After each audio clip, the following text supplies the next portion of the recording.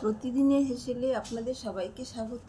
আজকে পাউরুটি দিয়ে আর পনির দিয়ে একটা স্ন্যাক্স। বেশি কিছু লাগবে না, এটা পাউরুটিটা দিয়েই করব।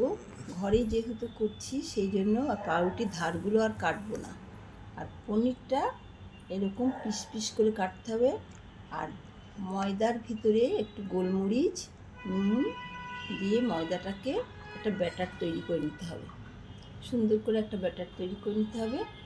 আর এইভাবে ব্যাটারটা তৈরি করতে হবে। একদম সহজ সিম্পল একটা পনিরের স্ন্যাক্স, খেতে খুবই সুন্দর লাগে।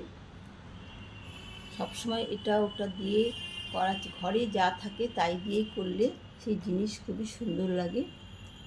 আমি সেইটাই করার চেষ্টা করছি। আর পনিরটা দিয়ে আর পাউরুটির মধ্যে দেবো, আর এইভাবে ব্যাটারে ডুবিয়ে ডুবিয়ে চপই বলেন বা স্যান্ডউইচ যাই বলেন সেটা ভাজতে হবে। এইভাবে একদম সহজ সিম্পল রান্না, স্ন্যাক্স, খেতে খুবই সুন্দর। পাউরুটি দিয়ে পনির দিয়ে চপ।